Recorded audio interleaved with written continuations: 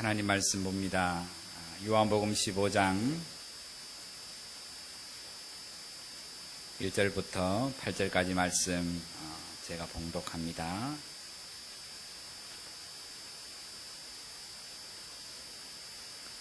지난주와 본문이 똑같습니다. 나는 참포도나무여 내 아버지는 농부라.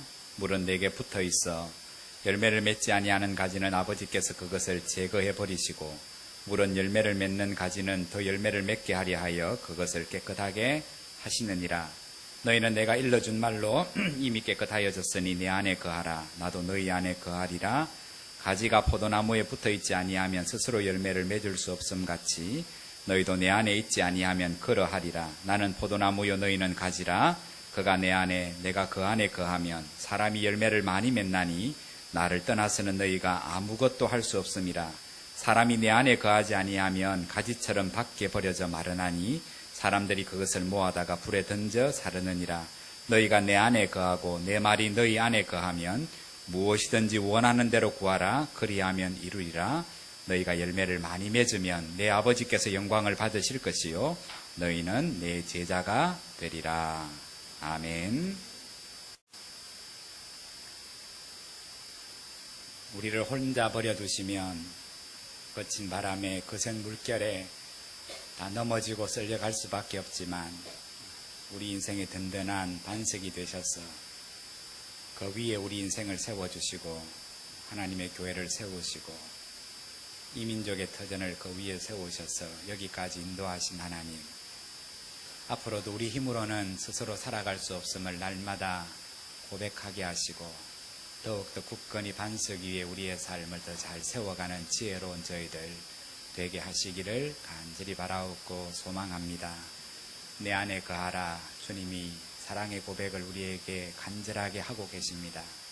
주님만을 붙잡고 살라고, 주님만을 의지하고 살라고, 주님만을 사랑하며 살라고 주님 친히 사랑으로 고백하시며 당부하시는 이 말씀을 또한 저들이 잘 기억하게 하시고 이 한 주 오늘 이 말씀에 순종하여 살아가는 복된 삶이 뒤따르게 하옵소서. 감사하며 거룩하신 예수님 이름으로 기도드리옵나이다. 아멘. 역사 공부를 좀 해보면 조선시대 25대 왕이 철종입니다. 이 철종은 별명이 있습니다. 강화도령입니다. 강화도령. 어떻게 해서 강화도령이라고 그런 별명이 붙었냐 하면 그냥 평민으로 살았어요. 왕족인데 평민으로 살다가 어느 날 운 좋게 조선시대에 25대 왕이 된 거예요. 역사를 조금 더 살펴보면 철종의 정조 할아버지가, 할아버지 위에 정조 할아버지죠. 정조 할아버지가 사도세자예요. 사도세자가 그 아버지 영조에게 미움을 받아서 뒤주 속에서 죽지요. 그렇게 사도세자는 아버지의 미움을 받아 죽고 나서 그 사도세자의 후궁이었던 그 숙빈 임씨가 역시 궁궐 밖으로 쫓겨납니다. 쫓겨날 상황 속에 이미 아들이 둘이 있었는데 그 두 아들이 은은군과 그리고 은신군이에요. 어머니하고 같이 두 아들이 강화도로 유배를 보내어집니다. 철종은 바로 그 두 아들 중에 한 명인 은은군의 손자예요.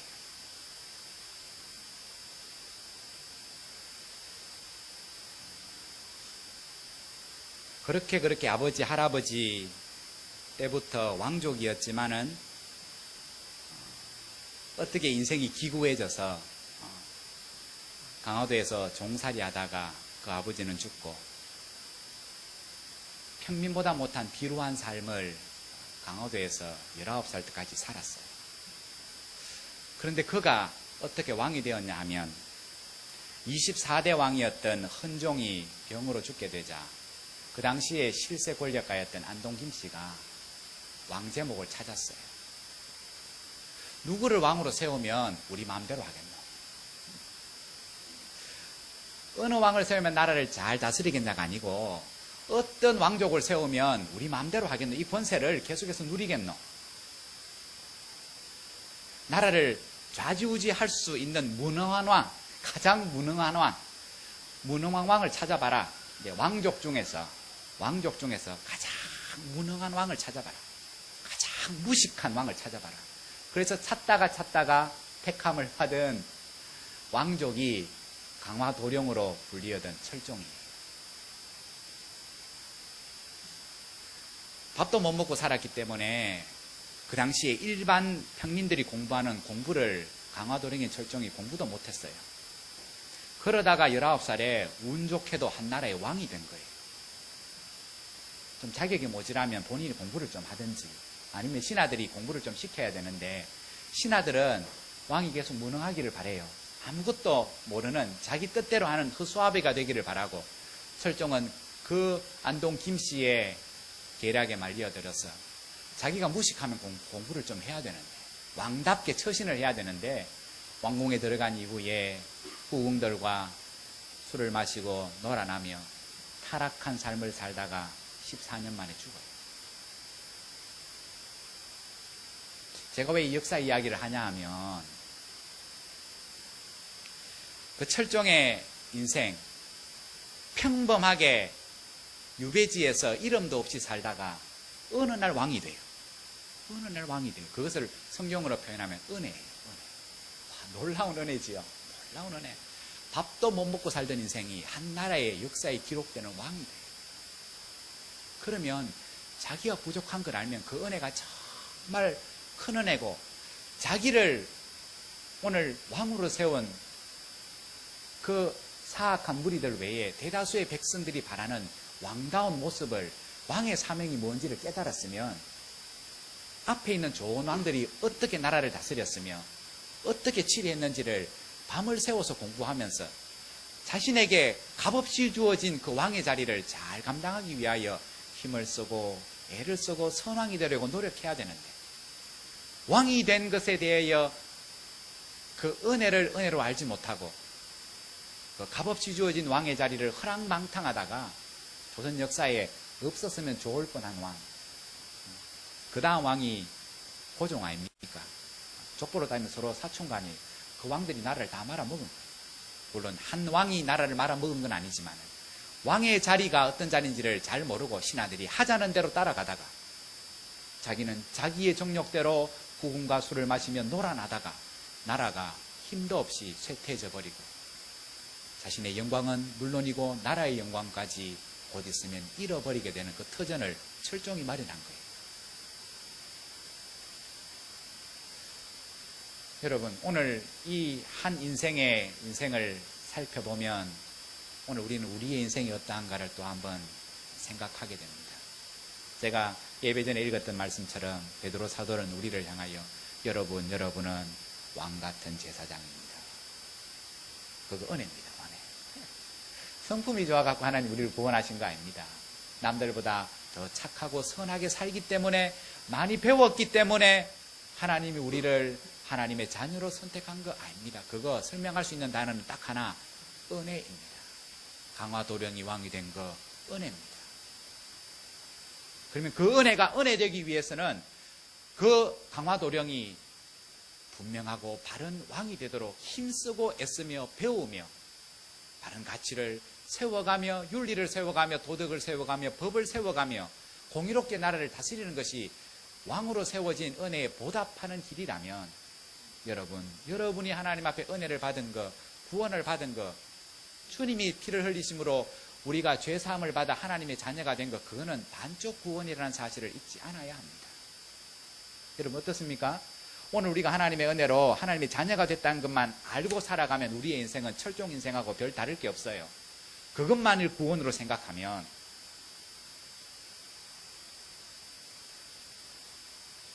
하나님 우리에게 말씀하시는 구원은 예수 그리스도의 보혈로 말미암아 우리가 하나님의 자녀가 된 것, 그거 구원이에요.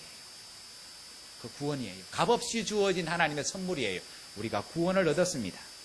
우리가 하나님의 자녀가 되었습니다. 그건 반쪽 구원이고 나머지 반쪽 구원, 온전한 구원은 그러므로 우리가 하나님의 자녀가 되었으니 그 자녀의 신분에 걸맞는 거룩하고 구별된 자녀다운 삶을 살아야 합니다. 그것을 베드로 사도는 열매를 맺는 것이라고 표현합니다. 열매를 맺어야 됩니다. 지난 시간의 말씀으로 구원이 무엇인가를 다시금 설명하면, 하나님께서 우리 인생을 위하여 참된 포도나무인 예수 그리스도를 이 땅에 심어주셨어요. 그리고 우리를 그 참된 포도나무에 가지로 접붙여 주셨어요. 그리고 알아서 열매를 맺으라고 우리를 내팽개치신 것이 아니라, 하나님은 그 진리로 우리가 더 많은 열매를 풍요롭게 맺을 수 있도록 거친 그 땅을 다 일구어 주셨고, 하나님의 진리로 우리 인생의 울타리를 쳐주셨고, 하나님은 그 진리로 우리에게 날마다 필요한 걸음을 날마다 공급하시고, 높은 망대 위에 올라가셔서 졸지도 아니하시고 주무시지도 아니하시며, 혹 어느 짐승이 그 울타리를 뛰어넘어 우리의 밭을 헤집을까봐 그 망대 위에서 우리를 지켜보시고 보호하시고 인도하시는 하나님. 그 하나님이 나보다 크신 하나님이요, 그 하나님이 내 인생의 농부 되신 하나님임을 믿는 것, 그것이 구원이고, 진짜로 그 하나님을 내 인생의 농부 되심을 믿는다면 그 하나님을 날마다 더 신뢰하며, 그 하나님이 날 구원하신 뜻이 무엇일까? 왜 나를 왕같은 제사장으로 삼으셨을까? 나는 무능한 사람인데, 나보다 더 똑똑한 사람이 세상에 많은데 왜 나를 구원하셔서 하나님의 거룩한 잔으로 삼으시고 나를 위하여 울타리를 쳐주시고 나를 지켜주시고 나를 보호하시고 내 인생을 간섭하시는지, 그 하나님의 뜻을 날마다 배워가고 가르침을 받아가고, 그래서 그 가르침을 받은 대로 행하며 살아가는 것, 그것이 합쳐져서 구원이라고 말하는 거예요. 여러분, 구원은 죽어서 천국 가는 게 아닙니다. 오해하지 마십시오.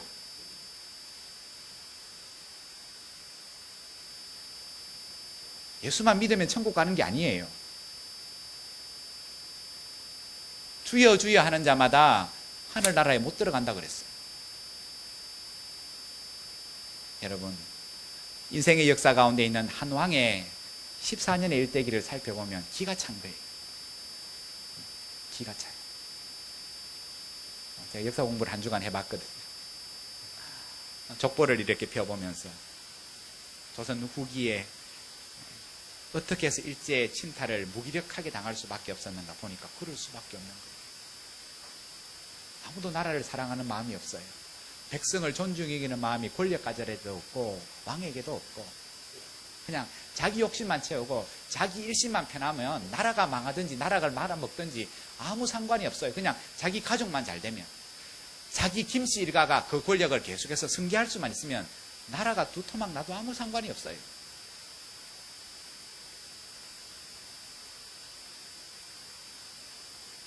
여러분, 농부이신 하나님이 원하는 열매를 맺는 것, 그것이 구원이에요.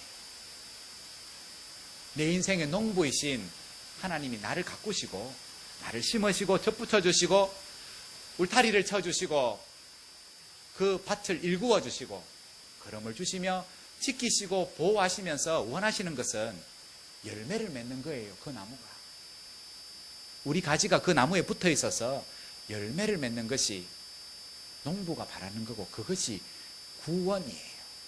그렇다면 우리는 이런 질문을 스스로에게 해봐요. 그렇다면 하나님이 나한테 바라시는 열매는 어떤 열매인가? 어떤 열매를 바라시는가? 제가 미리 결론을 말씀드리면, 오늘 우리가 많이 오해하면서 기도하며 기억하는 성경 본문이 7절이지요. 7절. 많은 기도하는 사람들이 좋아하는 구절이에요. 제가 한번 볼까요? 너희가 내 안에 거하고 내 말이 너희 안에 거하면. 근데 보통 사람은 요거를 갈로해서 잊어먹습니다. 이거 생략하고 뒤에 말을 좋아합니다. 줄을 빨갛게 쳐둡니다. 무엇이든지 원하는 대로 구하라 그리하면 이루리라. 앞에 갈로는 생략해요. 무엇이든지 원하는 대로 구하면 구하라 그리하면 이루리라. 오늘 말씀의 결론은 이렇습니다. 자, 포도나무가 심겨져 있습니다. 하나님이 우리를 가지가 되게 붙이셨어요. 그러면 포도나무에 붙어 있는 가지에게 바라는 열매는 뭐겠습니까? 포도나무에 그 가지에 뭐가 열립니까? 딸기가 열립니까? 사과가 열리는 게 목적입니까? 아니요. 포도나무에 붙어 있는 가지에는 좋은 포도가 열리는 것이 인지상정이에요. 그게 농부가 바라는 거예요. 봐라. 하나님이 너희에게 바라는 것은 너희가 좋은 포도 열매를 맺는 거다. 근데 오늘 우리는 농부가 바라는 것 상관없이 살아요. 내가 원하는 거 이루어지기를 바라요. 절대로 안 이루어져요. 이루어진다 한들 그건 하나님이 주시는 복이 아니에요.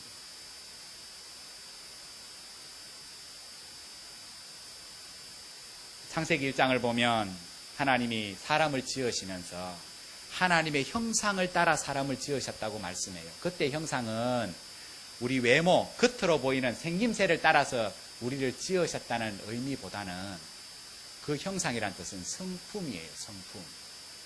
처음 인생을 지으셨을 때 우리 인생은 하나님의 성품을 따라 지으셨대요. 성품. 그 성품이란 뜻이 70인 성경으로 히브리 성경이 헬라 말로 바뀌면서 그 성품을 이렇게 번역했습니다. 이콘. 이콘이 어떻게 발달하다 보니 영어 단어 아이콘이 됐어요. 아이콘. 아이콘이란 뜻은 서로 닮았다, 유사하다 이런 뜻이에요. 닮았다, 유사하다. 무언가를 딱 생각하면 무엇이 딱 생각나는 유재석 그러면 개그맨. 누구나 한국에 있는 사람이라면 유재석 그러면 그 사람은 웃기는 개그맨이다라고 탁 뛰어나는 그렇게 인식이 되어지는 것처럼 제 컴퓨터를 켜면 그 화면에 많은 아이콘이 뜹니다. 많은 아이콘이 뜨는데 그 중에 E라고 적혀 있는 것을 제가 클릭을 딱 하면 인터넷에 들어가게 돼요. 그러면 저는 단지 E라는 그 작은 기호밖에 누른 것이 없는데 한번 누르면 창이 열리기 시작하면 그 안에 무궁무진한 정보를 제가 그 안에서 보기도 하고 듣기도 하고 얻기도 해요. 아이콘. 아이콘. 여러분, 우리가 하나님의 형상대로 지음받았다는 뜻은 우리가 하나님의 아이콘이다 이런 뜻이에요. 그러면 세상 사람들이 김아무개 집사 하면서 클릭을 딱 하면 뭐가 나타나야 되냐 하면 하나님이 나타나야 돼요.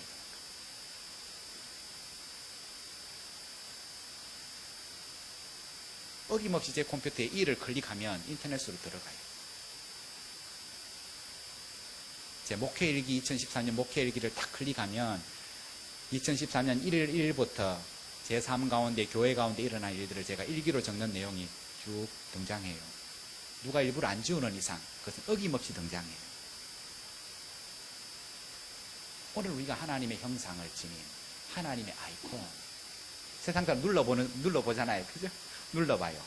진짜로 저 사람이 예수 믿는 사람인가 뒤에서 눌러보는데 눌러보고 나서 하나님이 안 나타나면 뭐합니까? 실망하잖아요. 아이고 우리하고 똑같네. 우리하고 똑같네.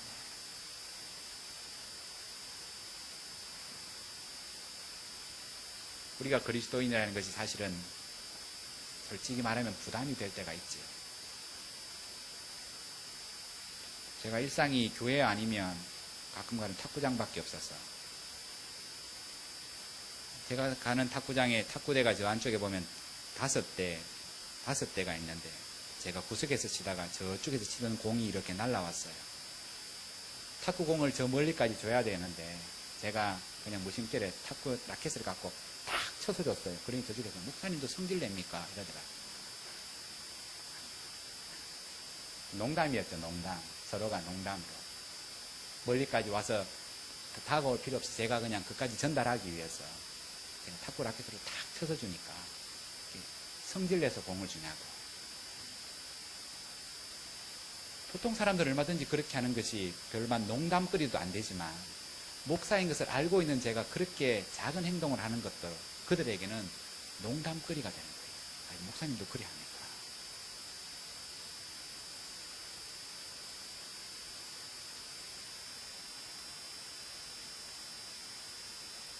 하나님이 우리를 구원하신 것은 세상 사람들 우리의 삶을 보고 어디에서든지 우리의 삶을 클릭해보고 하나님이 나타나게 하시기 위해서 하나님 우리를 구원하신 거예요.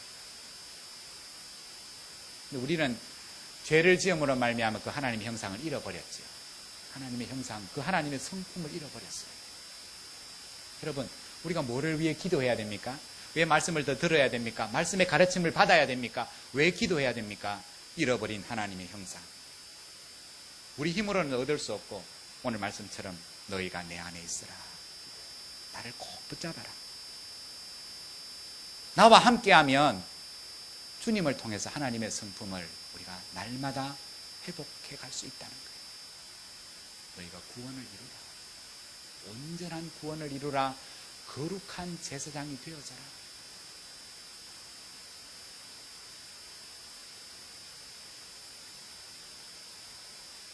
사도 바울은 이 구원의 목적에 대하여 에베소서 1장에서 이렇게 말합니다.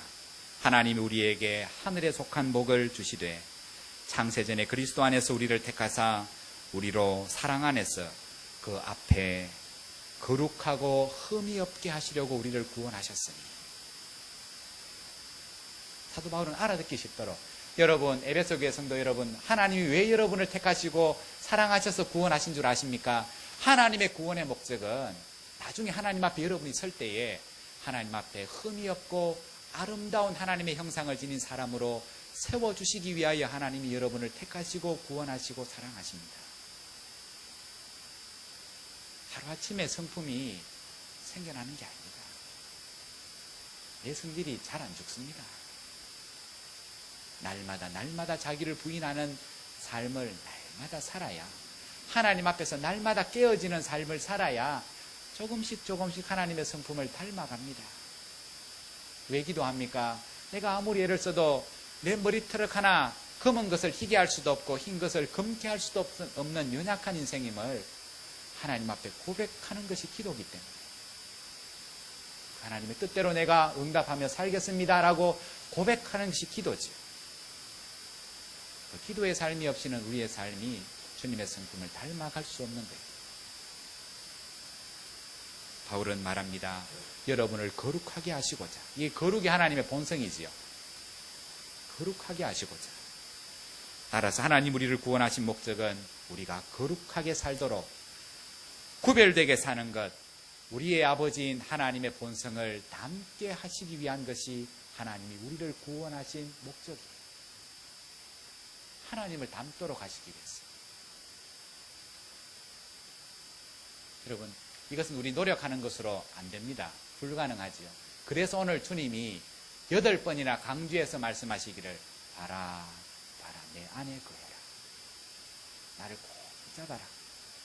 나를 의지해라.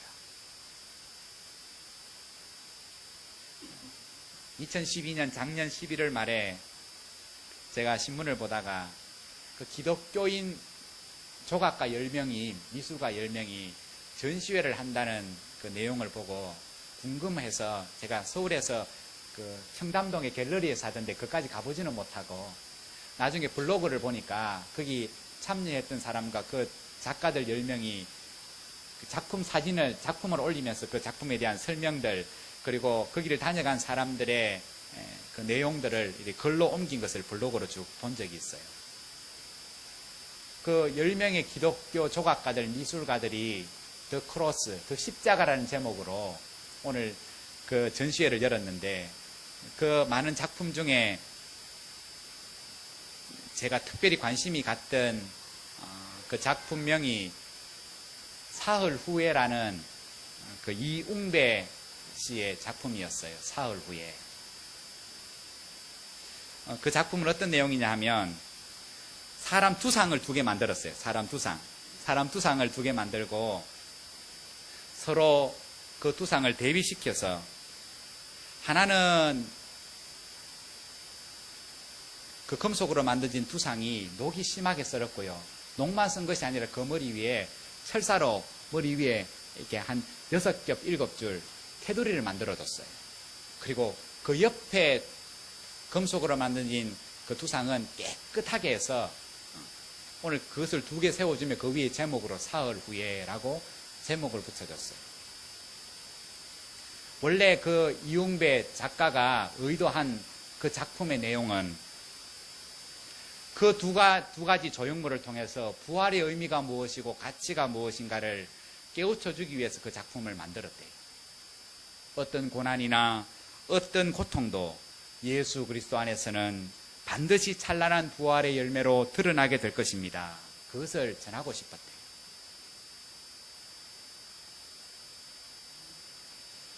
그래서 관람객들 중에서 예수를 믿는 사람은 그 작품을 보기만 해도 작가가 무엇을 의도하는지를 다 알았대요. 두상 위에 녹이 썰었고 그 머리 위에 녹이 쓴 철사가 가득 감겨 있는 것, 그것은 주님의 죽음을 의미하고, 그 옆에 깨끗한 것은 주님의 부활을 의미하고, 사흘 후에라는 뜻은 그 부활의 큰 제목의 의미라는 사실을 다 알았는데, 문제는 예수를 믿지 않는 관람객들이 그 조형물을 보고는 정반대의 해석을 하더랍니다. 원래 출입구에부터 들어오면 먼저 보여지는 조형물이 깨끗한 예수님의 부활을 상징하는 조형물이 먼저 보이고, 그 옆에 예수님의 고난을 상징하는 조형물이 보여졌기 때문에 관람객들이 이렇게 해석을 하더래요. 아, 인생이 아름다운 것도 제목처럼 사흘이 지나고 보면 이렇게 녹슬고 마는 거구나, 이렇게 평을 하더래요. 정 작가의 의도와는 반대로 해석하는 거죠. 그런데 이웅배 씨가 자기 작품을 보고 반대 해석을 해놓은 그 평을 깊이 묵상하는 가운데, 아, 이것도 진리구나, 이것도 진리구나. 그렇다. 아무리 인생이 아름다워 보여도 길이요 진리이신 예수 그리스도를 떠나서는 녹슬 수밖에 없는 인생이 될 수밖에 없구나.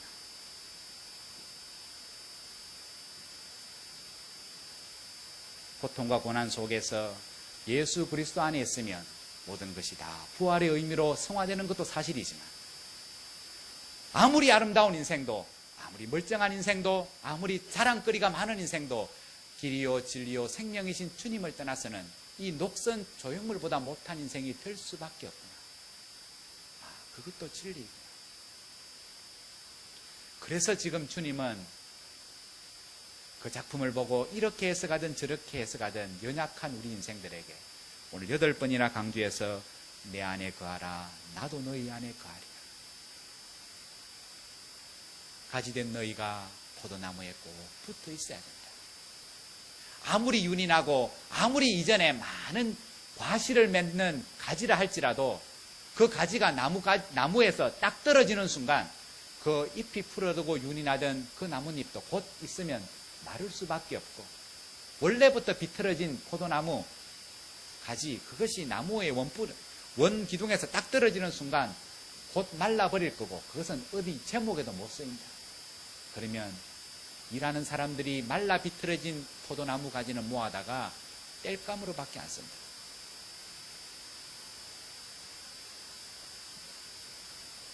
그래서 주님은 참 포도나무이신 자기 안에 오늘 인생들이 붙어 있으라고, 내 안에 거하라고 주님은 그렇게 신신당부하시고 계시는 거예요. 여러분, 무엇이 복이고 무엇이 은혜고 무엇이 구원이겠습니까? 예수를 믿으면 복을 받는데요, 예수를 믿으면 구원을 받는답니다.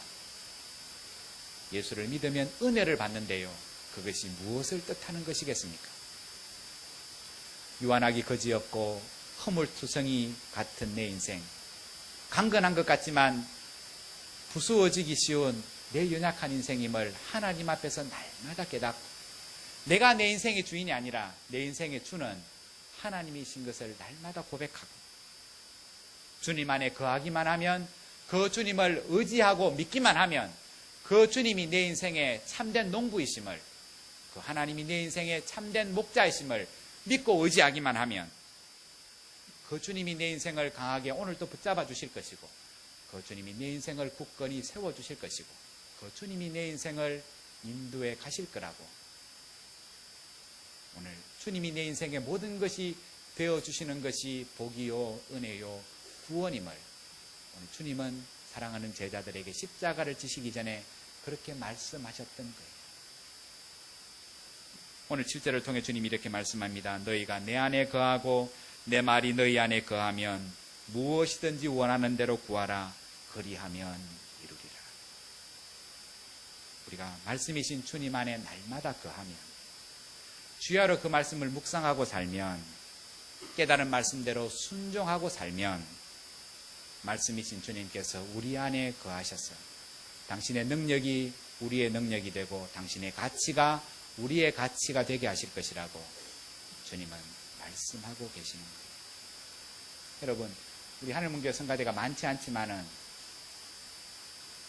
찬양이들 은혜가 되는 것은 그 입으로 고백하는 그 고백이 삶에서 우러나는 고백으로, 또는 그런 고백, 삶으로 살기를 고백하는 고백이기 때문에 우리에게 은혜가 돼요. 제가 사실 오늘 아침에 말씀을 묵상하다가 그 유튜브를 통해서 전문 성악가들이 한 5명쯤 되던데, 로마 연합교회. 다 한국에서 내노라는 사람들이, 성악가들이 유학을 가서 오늘 성가대를 구성했으니 얼마나 노래를 잘하겠습니까? 그죠? 제가 보기에 한두 명 연세 드신 분 빼고는 한 35명 중에 한 32~33명이 다 성악을 전공하는 분 같아요. 그들이 사부로 노래를 부르는데요, 얼마나 잘 부르는지. 그런데 우리 사모가 고백하는 것처럼 사랑의 교회는 성가대가 한 100명쯤 되는데요, 보통 있는 성가대, 그 성가대가 더 은혜롭대요. 그 이유는 뭔지 아십니까? 성악가들은 노래는 잘하는데 은혜 끼치는 성가대는 사랑의 교회 성가대. 그 사랑의 교회 성가대는, 할렐루야 성가대는 악보 없이 불러요. 악보 없이. 여러분, 악보 없이 부르려면, 매주마다 부르려면, 사부로 부르려면 그것을 다 외워야 될 거 아닙니까? 가사도 외워야 되지만 음정도 다 외워야 되잖아요. 그 하루아침에 되겠습니까? 일주일 내도록 오기 전까지 직장 생활하면서 집에서 주부로 있으면서 공부를 하면서 그들이 머릿속에 늘 오늘 그 다음 주일 부를 연습한 그 악보들을 머릿속에, 그리고 그 가사들을 암송하면서 한 주간 동안 늘 준비했기 때문에 그들이 부르는, 악보 없이 부르는 그 찬송이 듣는 모든 사람에게 인터넷으로 들어도 그 30여 명의 전문 성악가들이 부르는 것보다 더 은혜로워. 더 은혜로워. 내 말이 너희 안에 거하며, 오늘 듣는 말씀, 읽는 말씀을 날마다 주야로 묵상하고 살며 그 말씀이 육화, 우리의 삶이 되겠고 그 말씀대로 구하면, 오늘 제가 초도에 말씀을 드렸지만 포도나무에 붙어있는 가지의 소원이 뭐겠습니까? 그것은 좋은 포도를 맺는 거예요. 좋은 포도를 맺는 거예요. 그것이 가지된 우리의 간절한 소망이에요. 주님 우리에게 물으셔요. 가지된 너희야, 너희의 소원이 뭐고? 소원이 뭐고? 주님이 참 포도나무이기에 우리는 그 가지에 접붙임 받은 은혜로운 자녀이므로 오늘 농부이신 아버지가 우리에게 바라시는 열매를 맺는 것이 우리의 소원입니다. 하나님은 그 소원을 품는 자를 찾으시는 거예요.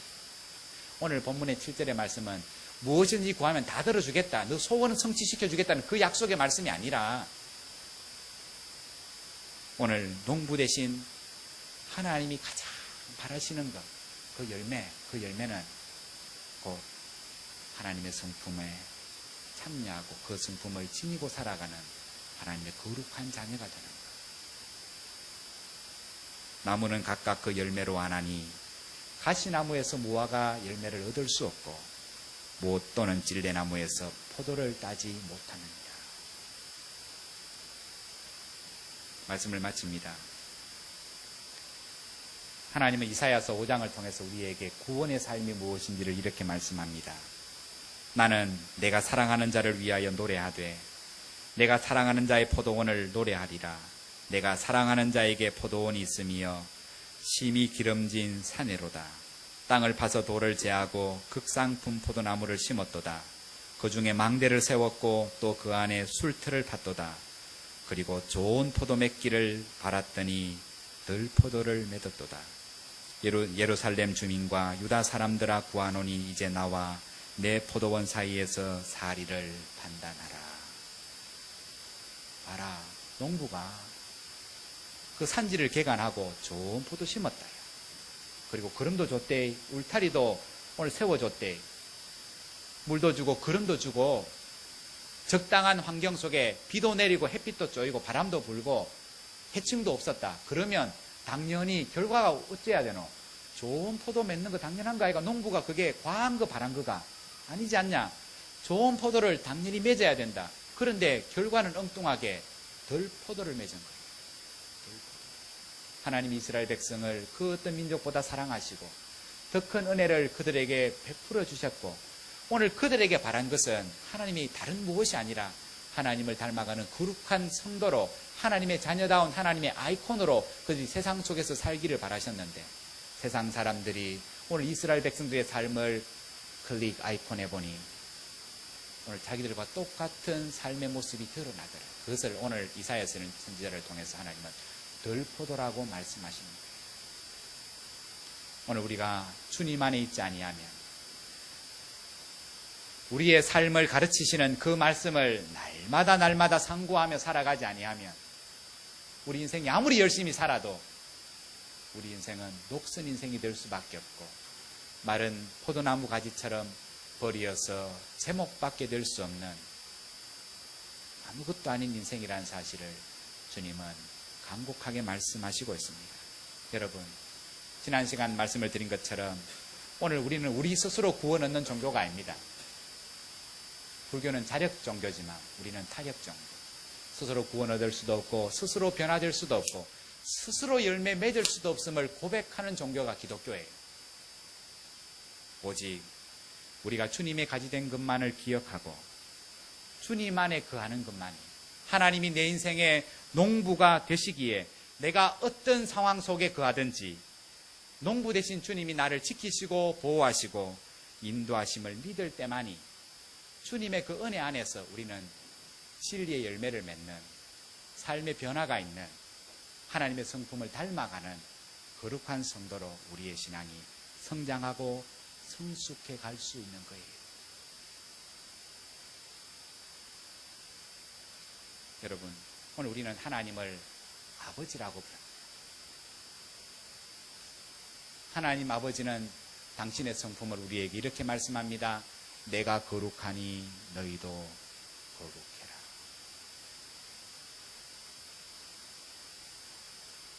거룩한 사람을 당신의 자녀로 삼으신 것이 아니라 거룩하고는 아예 상관이 없는 우리를 자녀로 삼으신 이후에 은혜를 먼저 주신 이후에 하시는 말씀이 뭐냐 하면 내가 거룩하니 너희도 거룩해라.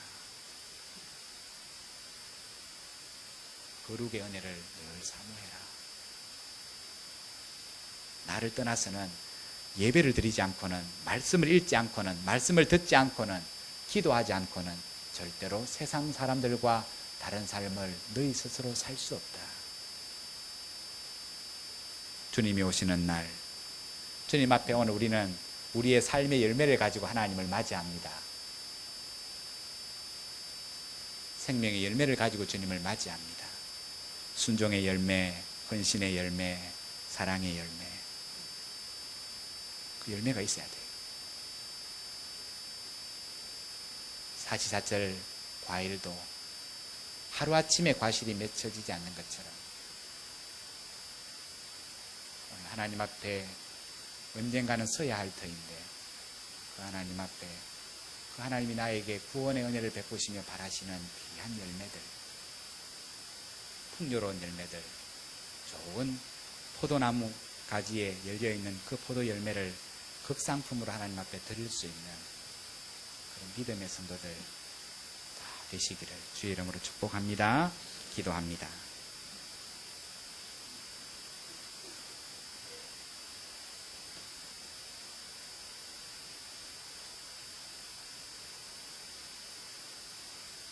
한 나라의 왕이 되었는데 자질을 갖추지 못했음에도 조선시대에 그 왕조에 기록되는 왕이 되었건만 그것을 은혜로 받기는 하였지만은 그 은혜에 합당한 삶은 없어서 역사에 두고두고 사람들의 입에 오르내리는 조롱밖에 받을 것이 없고 나라의 만국의 기초를 마련한 인생이라고 지탄을 받는 한 인생의 모습을 봅니다. 하나님, 오늘 우리를 택하여 주시고 부르셔서 하나님의 자녀로 왕같은 제사장으로 삼으셨는데 이것이 은혜인 것을 또한 늘 잊지 않고 기억하며 살아가게 하시고 더 나아가 이 은혜에 합당한 거룩하고 구별된 삶, 하나님의 그 성품을 닮아가는 아름답고 흠이 없는 거룩한 자로 하나님 앞에 서기에 늘 깨어서 준비하며 살아가는 저희들 다 되게 하시기를 간절히 바라옵고 소망합니다. 하나님, 찔레에서 포도나무 열매를 절대로 얻을 수 없는 것처럼 오늘 우리가 주님 포도나무 그 나무에 우리가 가지로 접붙여 있지 아니하면 절대로 우리 스스로 아무런 삶의 열매를, 변화의 열매를 맺을 수 없다는 사실을 꼭 기억하게 하시고 우리의 생명을 다하여 주님 안에 거하며 주님과 동행하는 삶을 이 한 주간도 늘 살아가는 저희들 되게 하시기를 간절히 바라옵고 소망합니다. 내 말이 너희 안에 있으면 너희가 무엇이든지 구하라. 그리하면 그대로 이루리라. 하나님, 이 한 주간도 세상에 보이고 들리는 것에 하나님 우리 생각과 마음을 다 빼앗기며 살아가지 않게 하시고 보이지 않는 것 같으나 이 땅을 당신의 뜻대로 섭리하시고 역사하시는 내 인생의 주가 되시는 하나님의 그 음성에 날마다 귀를 기울이며 응답하며 예배자로서 이 한 주간을 거룩하게 살아가는 은혜가 있게 하여 주시기를 간절히 바라옵고 소망합니다. 감사하며 거룩하신 예수님 이름으로 기도드리옵나이다. 아멘.